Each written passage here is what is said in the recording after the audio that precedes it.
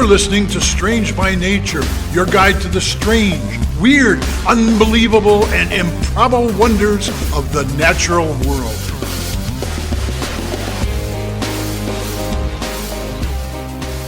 Hello, everyone, and thanks for being here today. I'm Kirk Mona, and joining me are Rachel Gimza and Victoria Thompson. We're all naturalists who together have scoured the world for weird and wonderful wonders, just to please your mammalian brain's desire for novelty. Isn't that nice? Let's do this. Welcome to the show, everyone. Hey. I'm Great here to be with both here. Kirk and Victoria. What a great time.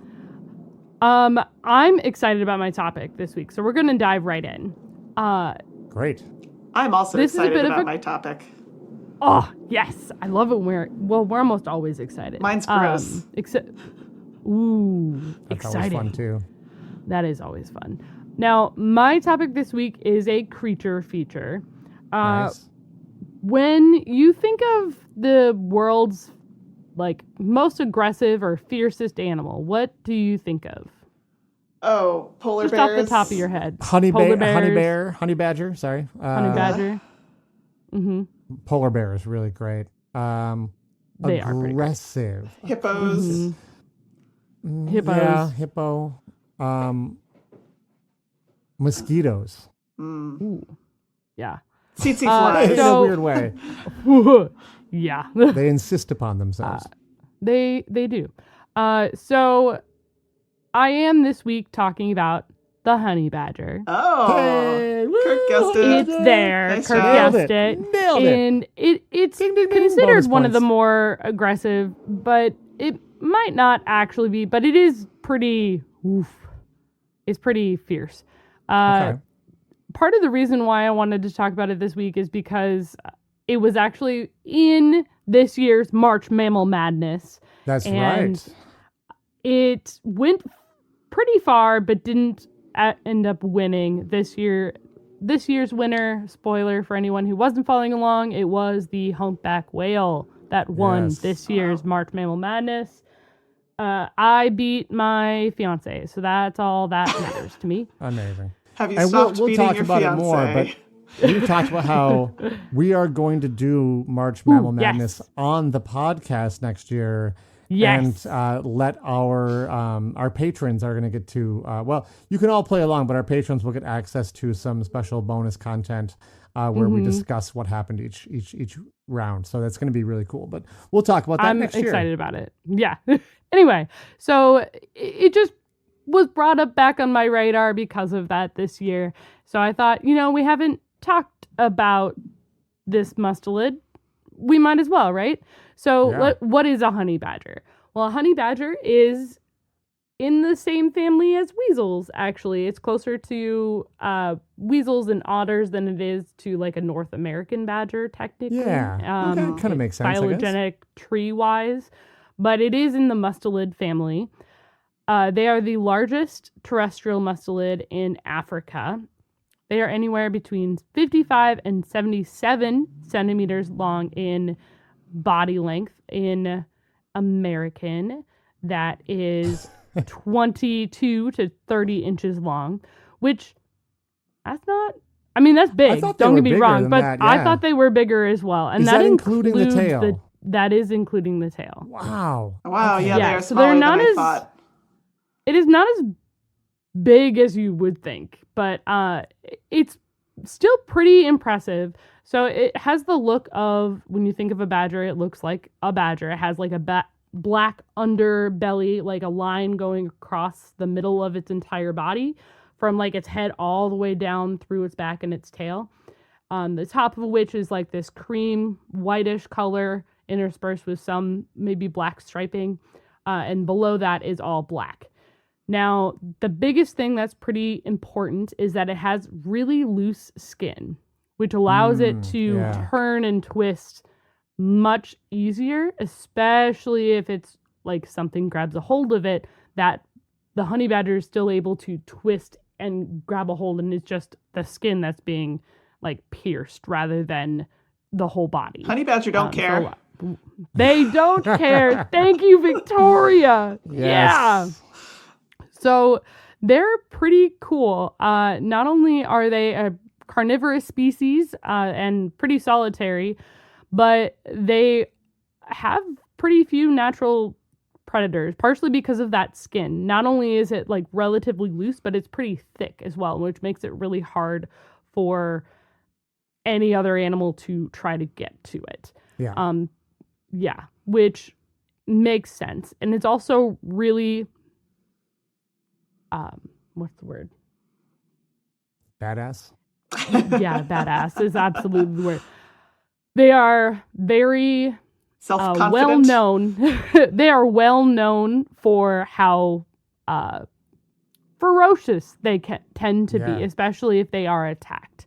Where they are found is pretty much all of Africa, most of the Middle East, except the Sahara Desert space.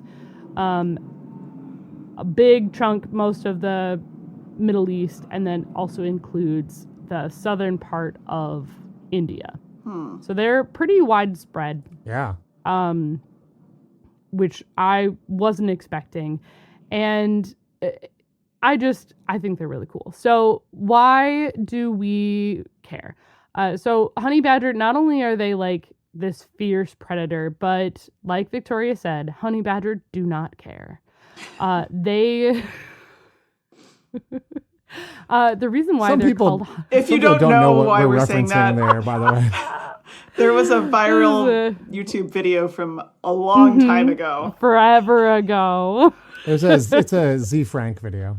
Oh, of course it is. Yeah. So the genus of the honey badger is Mellivora. The species is Mellivora capensis. Honey eater. And honey eater. The reason why they're called honey badger is because they will eat honey. They will shocking. They will absolutely eat the nests of honeybees. Like they'll go into the hives, and the honey bees are obviously stinging the But honey honey badger badger. Don't care. Yeah. It does not matter. It can be stung however many times, and it does not bother it in the slightest. And part of that is because they are immune to a lot of different venom. Not only are they not only do they not get affected by honeybee venom, but even more famously, they are, in my opinion, they are more known for eating snakes. Yep. Especially like cobras and such. That's so crazy. It's absolutely wild. They will eat whatever they can find. They'll eat berries, roots, bulbs, insects, frogs, beehives. They will. It's the only other weasel that has a less specialized, like a more generalized diet is the wolverine, which we've also talked about on this show. Wow. And like they're fierce enough, they've literally chased lions away to eat the food that's there. And they're just like, nah, man, it's a honey badger. Just It's like, nah, man, we're Not walking worth away. it. Not worth it, man. No. Yeah. So That guy's crazy. Yeah. I wouldn't take a lion.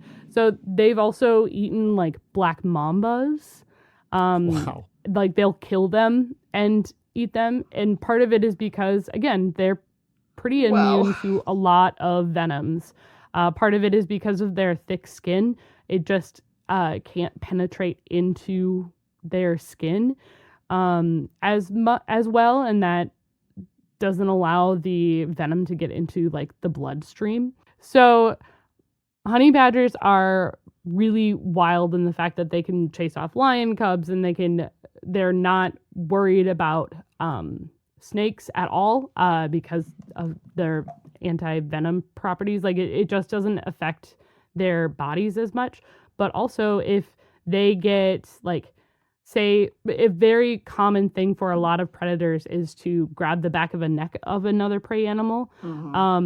It's tough and loose enough that they actually can still like twist around and bite at the opponent, whatever is trying to grab it, it's still able to twist around because its And skin bite is so 'em. loose and bite them, Wow. which I don't want to mess with because they also have like a really, really strong bite. I bet they do. Mm-hmm. And it's not as strong as like a Wolverine, but it is still pretty strong, especially for as small as they are. And then if they are scared in any way, shape, or form, which I don't believe honey badgers really can be, they are also able to, and I'm going to quote the San Diego Zoo here, drop a stink bomb. Well, they are mustelids. I mean, they are mustelids, yes. So instead of spraying an odor like a skunk, they just drop like a package of like stinky liquid Oh, that they just the stink package and just mark the territory or like scare off whatever is scaring it, I guess. And it's just stinks. Otherwise, like most animals do not mess with a honey badger. They've also got really long claws that allow them to burrow up to 9 feet down, Wow. long and then like 5 feet deep. And that's their tunnel because they're a burrower. And they'll go through like old termite mounds and rock crevices, whatever, and that's totally normal for them. Yeah, and like they're pretty fiercely protective of their babies as well. The mom is pretty protective of them and is the only one who raises them. The dad just goes away, which is pretty normal. And then they actually hold on and like keep their babies stay with them until they are 2 years. So they teach them how to hunt and everything. So that once they have babies, they're keeping them for 2 years to make sure that they have have all of the skills that they need to survive. Cool. Which is pretty cool. which is a lot of skills that honey badgers have. A lot of skills they do. Oof. Yeah. So that is what I have for you all today. I just wanted to talk about honey badgers because we hadn't talked about honey badgers, and they're pretty cool. They're the bomb, basically. Pretty much. If you want to learn more, there's so much more information about honey badgers that I couldn't cover, but they're really cool. My sources this week, I got some information from Wikipedia. The San Diego Zoo had a really great article. Discover Wildlife. The National Geographic had a great little write-up as well of the honey badger and something called Wildlife Nomads. So we're going to take a quick break, and when we return, it'll be Victoria.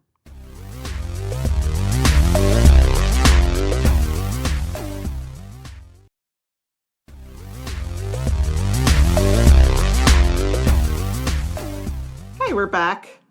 Okay, Rachel, Kirk, I want you to name some animals that are sort of considered to be really good mothers. Wow, starting Honey off similar badgers. way here. Honey badgers, obviously. Elephants Yeah, are really good mothers. Humans? yeah. I Some of suppose. them? Humpback whales, mom to bring was. it back to my mom was too. Humpback whales. Yeah, Were bears. really like, good. Bears known are for pretty being good protective, at right? Mm-hmm. Okay, good examples. Yeah, Good that's choices. that's all I can think of right now. How about an animal that gives its life so its child can live? Literally, their Oh, body. interesting. Like, as in they're devoured by their young? Yes. Today I am talking about matrophagy, which means Amazing. mother eating. Gosh. Yikes. That's awesome. Yikes. Obviously, this is not That's awesome. like a super common strategy No, because it's pretty extreme. Uh-huh. that's so Fair. fun. Fair. Is this coming? When does this come out? Is it around Mother's Day? Oh, God. You know what?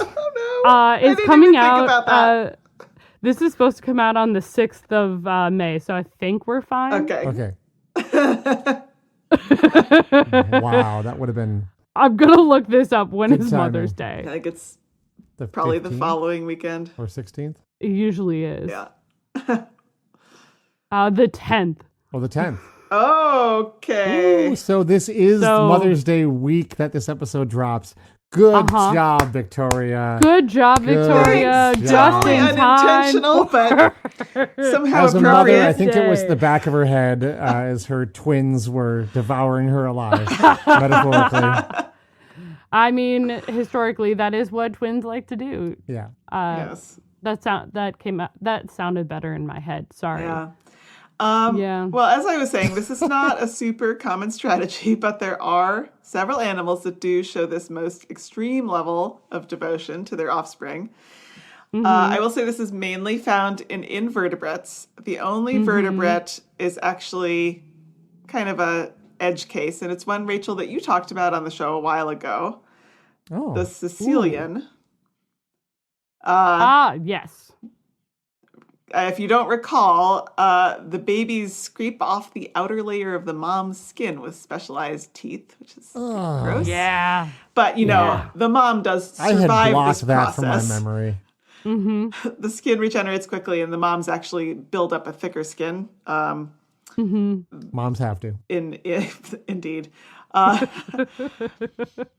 So in some ways, this in Sicilians is more similar to like lactation, where babies are fed off of the mom's body, but it's more of a renewable resource. But Right.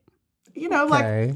breastfeeding can also be painful. So I don't know. Fair. I've heard. It's all relative. Okay, we're gonna get on to the really gruesome stuff now. Yeah. That's why we're all here. That's why we're all here. Many of the animals that are known to practice matrophagy are spiders, which I guess depending on how you look at it is either another reason to be more disgusted with spiders if you already hate and fear them, Yeah. or, perhaps a reason to admire their altruism as mothers. Doesn't this come up in Charlotte's Web? No. No? Okay. No, they eat the Never mind. pig. Just so sorry. Dies, spoiler alert. Oh, okay. I wasn't sure if they ate her or not. That No. makes sense. I think that would have been a very different book book is if that had happened. Dramatic enough, yeah. Yeah. Anyway, spiders, Victoria. Okay, so a few examples. There's a few different ways it can kind of play out. Okay, so the black lace weaver spider, Amorobius ferox, the mother delays the process a bit by laying what are known as trophic eggs, which, so after the spiderlings hatch, she lays some extra eggs. These are unfertilized eggs that are specifically laid as a food source for the babies. Okay. So they eat those up, and then a few days later, the mother starts communicating with her spiderlings by drumming on her web in a certain way. This causes the spiderlings to rush her and start jumping on her back. Apparently, she isn't quite ready to go yet, so she jumps around to try to shake them off. Oh my god! But eventually gives in, and they climb on her and bite her, injecting poison for a quick death, and then That's nice. suck out her liquefied insides. Oh my There God. it is. Oh. Liquefaction, a common mean- form of murder. Yes. Well, and spiders, yeah. Since the mother is large relative to the babies, she serves as a sort of pantry for them for a few weeks to supplement what they can catch. Jeez. Nice. Happy Mother's Day. Yes, happy Mother's Day. Interestingly, if spiderlings less than 4 days old are given to a non-related mother spider, they will consume her. But Oh, if they're older than 4 they're days... not picky, huh? Yeah, they're not. Well, but if they're older than 4 days and sent to a foster mom, they will turn up their little spider noses at her and will not get that extra nutrition. They won't eat They're her. picky. Got it. But if a mom loses her spiderlings, she can lay a new clutch of eggs and try again. Okay. But then they will eat her.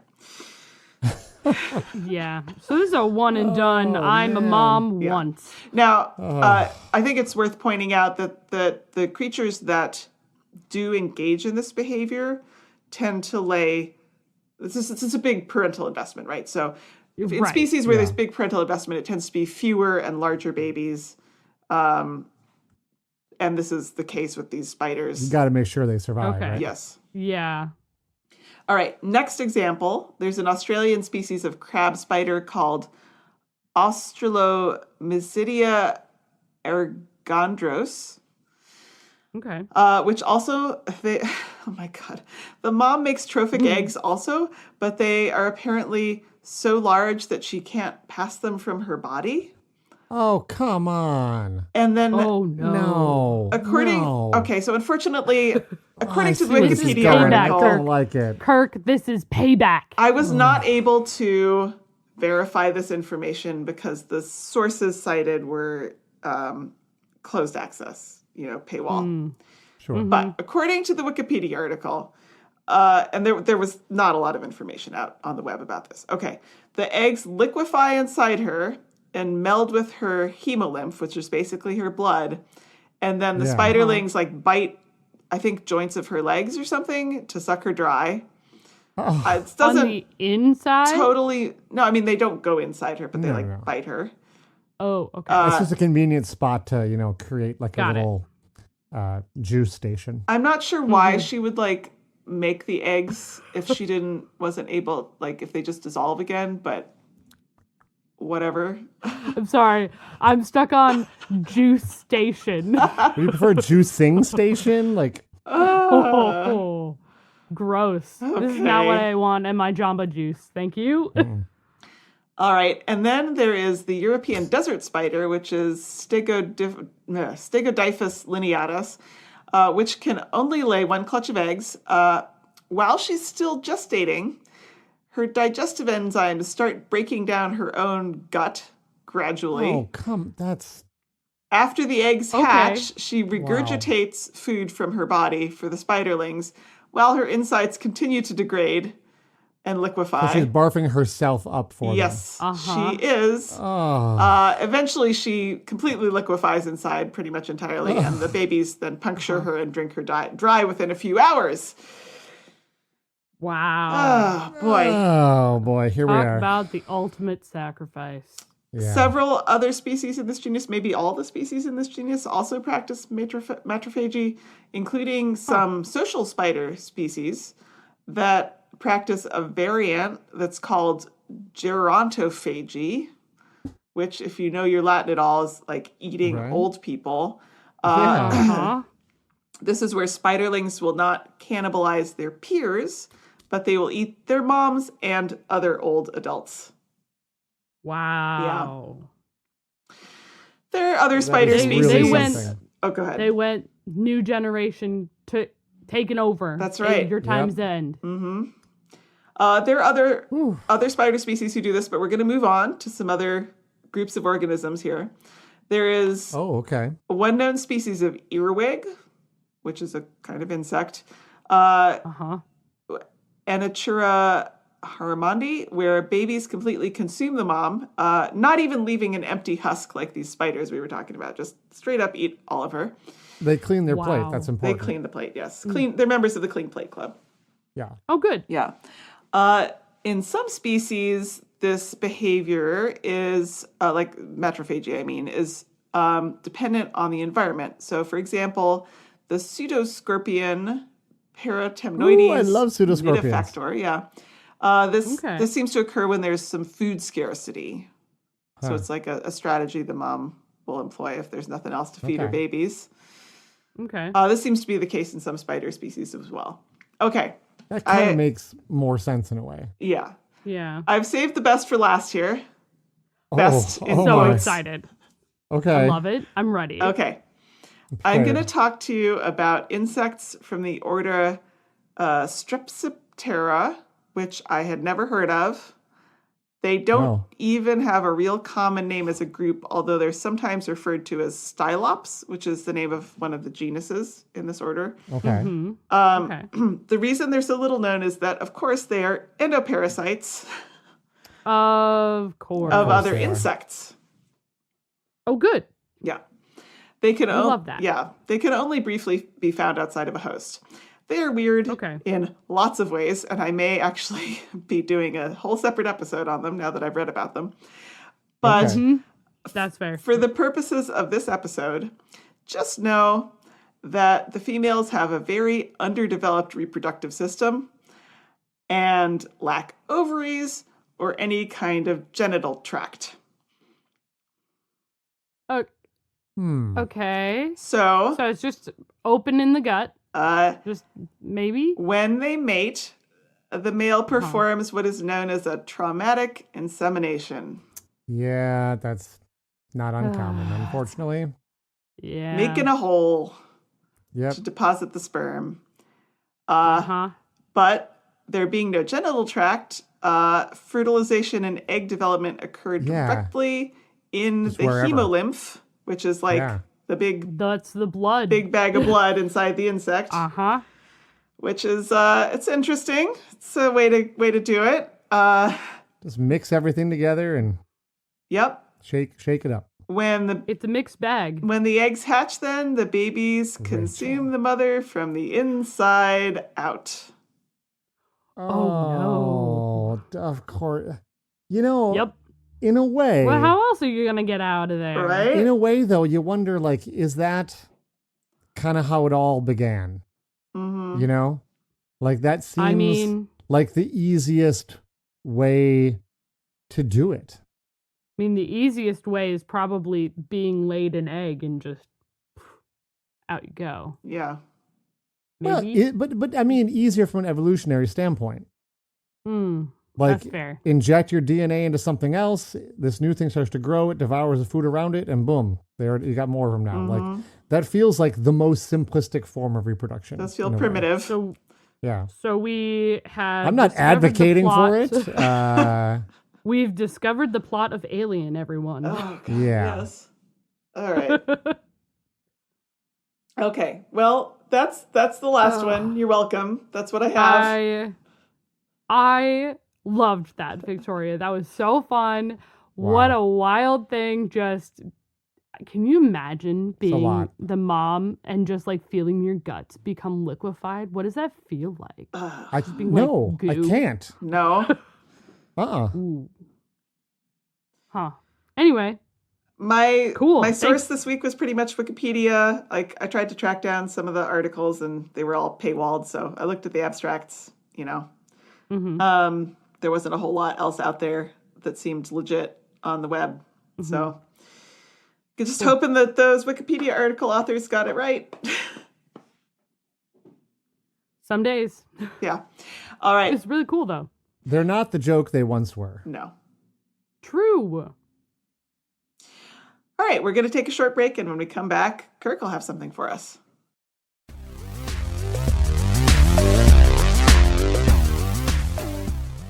This week's episode is brought to you by the Society of Strange.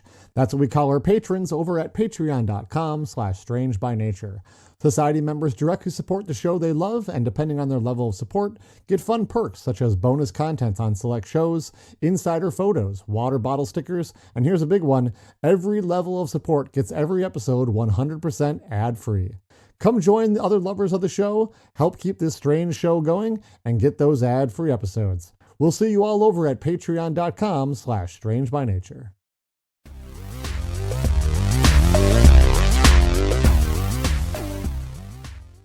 Welcome back to the show, everyone. Today we are headed into one of the strangest and most powerful natural forces ever to shape the American South.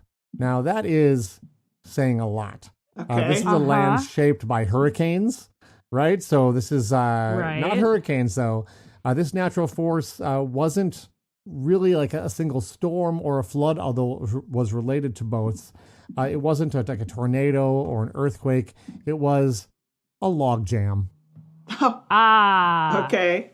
That's fair. Yeah. Log jams are wild. Now, oh my gosh. Don't get me started, but I used to have to I used to teach stuff about like the lumber industry and things. Yeah. Just oh my god. wild. Couldn't imagine. Let's start off there. I mean, we're here in Minnesota where we are no strangers to log jams, at least historically. When the lumber boom hit, the forests of northern Minnesota were just completely felled and were cleared to help build this country. And so we certainly had a lot of log jams back in the day. There was a massive 1894 log jam at Little Falls on the Mississippi River, which stretched for 7 miles. Yeah. Can you imagine having to try to like untangle that? Those things are so dangerous. 1 or 2. It's so dangerous because you have to move one, and then you're on the logs on the river, moving these logs out of the way so that way you can get a moving game of Jenga. Form. Yes, and you're on the Jenga piece. And you're on the piece, yeah. There was another massive famous log jam that occurred in 1886 at Taylor's Falls on the St. Croix River, which is the river between Minnesota and Wisconsin, that spanned for 2 miles and reached 100 feet in depth. Yeah. Which... Oh, yeah. Yeah. I actually know about these, so this is not a surprise. But 100 feet deep. Yeah. Logs stacked 100 feet high and down. Yeah. River even that deep? Apparently. I think it was like depth, like top to the bottom of the log jam. I don't know that all those necessarily underwater, although the water is quite deep in some spots in that near Taylor's Falls. They actually had to use dynamite to blow that one up and get the river moving again. Yeah, they did. They don't want to do that. That's like the least optimal way to get rid of a log jam. Yeah. These were man-made calamities, though. The log jam that I'm talking about was not created by humans. This was a log jam so vast, so old, and so influential that it reshaped entire rivers, created new lakes, and determined where towns and cultures would rise. It was actually called the Great Raft, and it was found on the Red River, which is a major... Oh, it also goes through Minnesota. Yeah, not the same Red River. Different one. Not the same one? No, definitely not. I had to check. We're in the south here. This is... Okay. There's more than one Red River, confusingly. This is a 1,360-mile tributary of the Mississippi River that runs through Oklahoma, Texas, Arkansas, and Louisiana. And the water is red with sediment, and it really does look like a red river, which is, I think, kind of cool and noteworthy. So, have either of you heard of the Great Raft? No. It I heard of the other ones that you talked about. Absolute shame that this is not studied and talked about in history books. The Great Raft was not a temporary obstruction caused by logging. It wasn't a seasonal buildup or a freak event.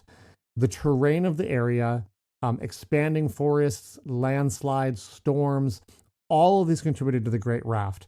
It is estimated that the origin of the raft may go back 1,000 years.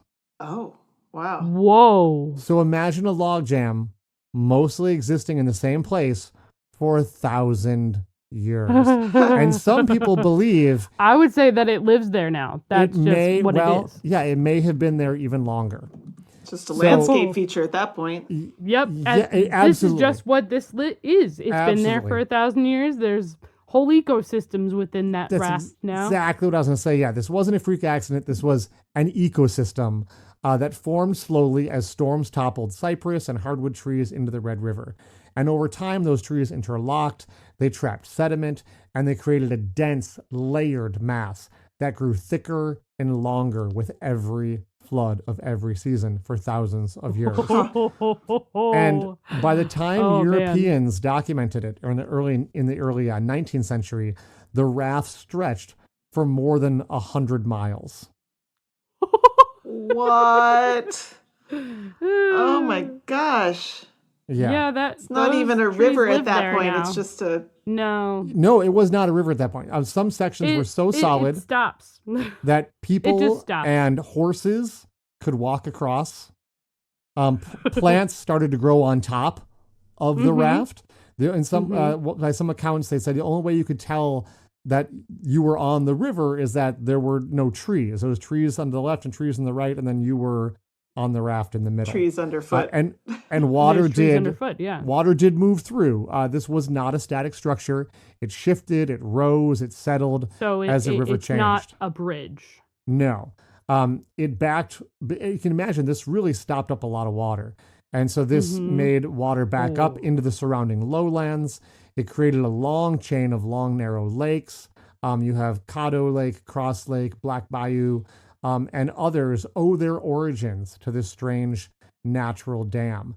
And basically created an absolutely enormous ecosystem of one of the largest, wetlands in all of North America was created by this logjam.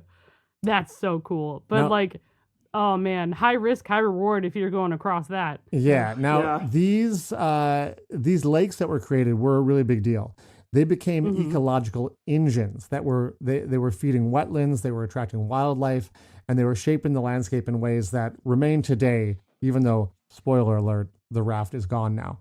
The raft, having been there for at least 1,000 years, had shaped not just the land, but the lives of the indigenous nations who lived along the Red River there, and also nearby rivers as well, because the water just spread out It's over the going banks. everywhere, yeah.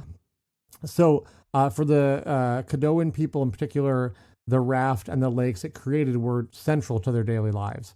The backed up waters formed rich fishing grounds, fertile floodplains, and also reliable transportation routes, which might seem kind of strange at first, because but I thought the river was all full of logs, right? But remember, because the river's full, the water is spreading out and creating bayous that were navigable along the rivers, right? So villages were built along the lake shores, and trade networks grew around the waterways that the raft helped create. And to the Caddo, the landscape wasn't an obstacle. It was a resource, it was a provider, and it was the entire stabilizing force of their culture. The raft also influenced the Atchafalaya River. Water that couldn't move freely down the Red spilled into the Atchafalaya Basin, and it fed one of the richest wetland systems in North America. And so this too shaped the indigenous life, having this incredible basin right there. The basin supported hunting, fishing, gathering, and seasonal movement. It also offered protection because it was sort of hard to get around or through. So there was protection from other tribes to the west and protection from the Europeans to the east that were pushing in. So this was a pretty special place. And the raft's presence upstream helped maintain the balance of water that sustained these super rich environments. Problem is, the newly arrived European settlers, I don't want to say they didn't understand this. I think they pretty clearly did understand this. They just didn't care. Or they saw it as an opportunity to, destroy the raft and also destroy a troublesome culture that they wanted to get rid of in the meantime. So sort of a double whammy here. By the early 19th century, the raft had become a major obstacle to American navigation and commerce. It was all about steamboats those days, and steamboats couldn't pass the raft. And, settlers wanted to reliably move goods. Basically also, people were looking to open up the West to expansion. And that, if you think about where this river went, this was sort of a major route to get people into the newly purchased Louisiana territory that had been from the Louisiana Purchase. So this, the raft, basically the government decided the raft had to go. And regardless of what its removal might mean for the people who had lived with it for 1,000 years, or the environment and habitats that relied on it. Correct. And also, there was also settlers too. There wasn't just native folks, indigenous folks. Settlers had also built towns, and their lives depended on the features of this area. And the government was like, we don't really care. So enter Captain Henry Shreve, a man whose name still echoes through the region. The city of Shreveport is named after him. There you go. Shreve designed a special snag boat, which is a kind of floating machine / sawmill / crane boat thing that could tear the raft apart piece by piece. His crews worked for years, cutting, hauling, blasting, and dragging. It was very dangerous work, very muddy, exhausting, but slowly the raft began to give way. And not surprisingly, removing it changed everything. The long, shallow lakes drained, or at least shrank. The Red River deepened and straightened. Some of the meanders kind of disappeared, which were so important to creating this bayou. Towns that had once sat on the water suddenly found themselves stranded. There was no more water. They were just in the middle of kind of muddy, wet areas. And so these towns were eventually abandoned. People suddenly had access to new trade routes, though. So it was a big time of change. And the entire basin shifted as water was finding new paths. For the indigenous communities, the transformation was profound. Fishing grounds changed or dried up. Flood patterns shifted. It wasn't good. Humans had messed with the ecosystem on a giant scale. Of this entire giant ecosystem, it's kind of like the prairies up where we live. Less than 1% remains today of what was, millions of acres. So sediments that had relied on lakes and wetlands were forced to adapt or relocate, and a landscape that had been stable for centuries was altered in just a matter of years. It is a really dark tale. I mean, one of the side things is that, like, it's not like this is to this day a major shipping route or anything. It's like what we lost is probably greater than what we gained. The Great Raft is one of the stories that reminds us of how, powerful, slow, steady, natural processes shape our landscape and ecosystems. And a forest essentially falling into a river over centuries, created a geological force that shaped not just ecosystems, but also cultures and economies. And when humans intervened, the consequences rippled outward in ways that I want to say no one could have fully predicted, but I think in a lot of ways it was predicted, and it was done essentially maliciously. In spite. Yeah, deliberately. Which is pretty dark. Worse. It's a reminder that history isn't always made by, battles or, laws and things like that. Sometimes it's made by trees, water, time, and then always the choices we make about how we interact with the land. I will say this is a pretty fascinating topic. It's hard to really dive into it because it's so massive. It's really talking about an entire ecosystem and how it was systematically torn apart in a much faster time span, really, than something like, say, the prairies were, because it took a lot more time to really, bust up the prairies. So if people want to learn more about this, I got my sources. I'll say it was Red River Historian and 64 Parishes, which are two different websites, and then also some general dates and things from Wikipedia. There's a fantastic, 45-minute long documentary on this you can watch on YouTube from Milo Rossi. Do you guys know him? Ooh. He is a fantastic communicator. He has the channel Mini Minuteman, and he does talks about history, and he is very sarcastic and very opinionated and funny and does an awesome job of talking about history. So he did an entire long video on this if people want to learn more. Shout out to him. Thanks, Kirk. Cool. Absolutely, yeah. That's the end of our show, everyone. Oh my gosh, we're already here? We're already at the end. Well, thanks, Kirk. Yeah, thanks all of you. Fascinating. Yeah. A lot to think about this week, and that's why we're here. So we'll see everyone next time, and bye-bye. Bye. Bye.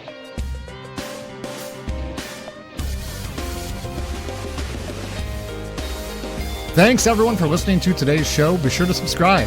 New episodes drop every Wednesday, and we love sharing this strange world with all our listeners. If you would be so kind as to leave us a 5-star rating and review wherever you get your podcasts, that would be great. It lets other lovers of the strange discover the show. You can reach us by searching for Strange by Nature Podcast on Instagram, Facebook, and Blue Sky. You can send us an email as well. Our address is contact@strangebynaturepodcast.com. If you want more information about the show, you can check out our website, strangebynaturepodcast.com, and you can support the show and get ad-free episodes at patreon.com/strangebynature. Until next week, get outside, stay curious, and embrace the strange.